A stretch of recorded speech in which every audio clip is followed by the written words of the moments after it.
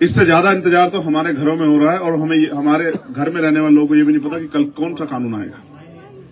उत्तराखंड में यूसीसी आ गया, आपके सामने आया, कोई बोला क्या? मैं तो आपको दिखाता रहता हूं कि जब मैं बोलूंगा फिर लोगों के जबान मिलेगी। अब वो कहते हैं हम बड़े नेता, हम तो कहते हैं तुम ही बड़े नेता होंगे, हम तो कार्य करता है भाई, समझ रहे हो? अभी हल्द्वानी में अन्याय हो गया, बोला क्या कोई? नहीं बोला। अभी बरेली में भी कुछ हुआ है, कोई बोल रहा है क्या? जब मैं बोलूंगा तब लोगों में सांस आएगी कि अब चंद्रशेखर ने बोल दिया, अब हम कह देंगे देखो पहले तो चंद्रशेखर बोला था, हम तो इसलिए बोल रहे हैं। इसलिए मैं आपसे कह रहा हूं कि किसी के चक्कर में मत पड़ो। ये लोग आपसे वोट लेंगे और मुंह फेर लेंगे, और जिस तरह ठगे गए मुसलमान उस तरह ठगे गए दलित, उस तरह ठगे पिछड़े। इनसे पूछो कल इनके बच्चों कुर्सी पे कौन बैठने देगा? ये संविधान है तो भी न्याय नहीं मिल रहा है, तो भी अपनी बात नहीं कह रहे। संविधान नहीं होगा तो फिर क्या होगा? कोई घुसने देगा दफ्तरों में?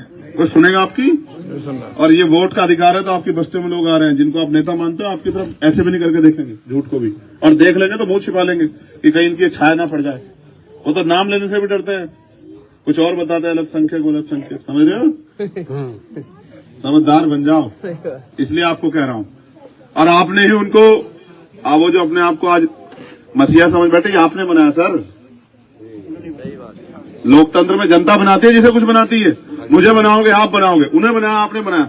फिर मैं कह रहा हूं उनका 50-50 साल का काम और आपके चंद्रशेखर का 5 साल का काम आप देख लेना, आपको पता लग जाएगा चंद्रशेखर आजाद आपने कैसा तैयार किया। सबकी मेंटलिटी बहुत अच्छे से समझ में आती है, समझ रहे हो? इसलिए आपसे कह रहा हूं मेरे प्यारे भाइयों, इस बार, और आप तो खुद इतनी ताकत में हो मेरे यार, मुझसे मत कह लो। आप चाहो तो ये रियल सीट है, आप चाहो तो अपनी वोट से बना सकते हैं, बना सकते नहीं बना सकते? तो मुझसे क्यों तो किसी का एहसान दिलवा रहे हो यार?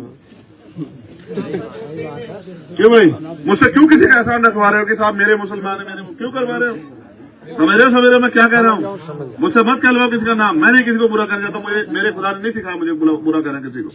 मैं जिनको मानता हूं उन्होंने नहीं कहा मुझे किसी को बुरा कहूं। मैं तो सबको अच्छा कहता हूं, लेकिन अच्छे है नहीं।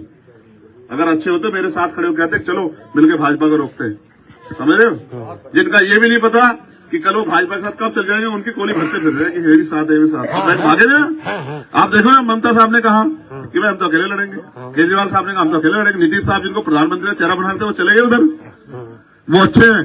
और ये लड़ने वाला आपका चंद्रशेखर आजाद, इससे तकलीफ। इसलिए आपसे कह रहा हूं किसी की बातों मत आओ, आप इस लड़ाई मेरी मदद कराओ और दिल से मेरा एक एहसान करो मेरे ऊपर, और फिर देखो, फिर आपको पता लगेगा। आप तो चुनते हो ना हमेशा, तो एक मैंने जब खुद को वक्त कर दिया आपके लिए, तो आप भी कुछ करके दिखाओ ना। क्यों भाई, क्या मैंने आज तक आपसे वोट मांगी? ईमानदार से बताओ, बिजनौर के लोगों अपने दिल पे हाथ रख के बताओ, क्या मैंने कभी आपसे कुछ मांगा?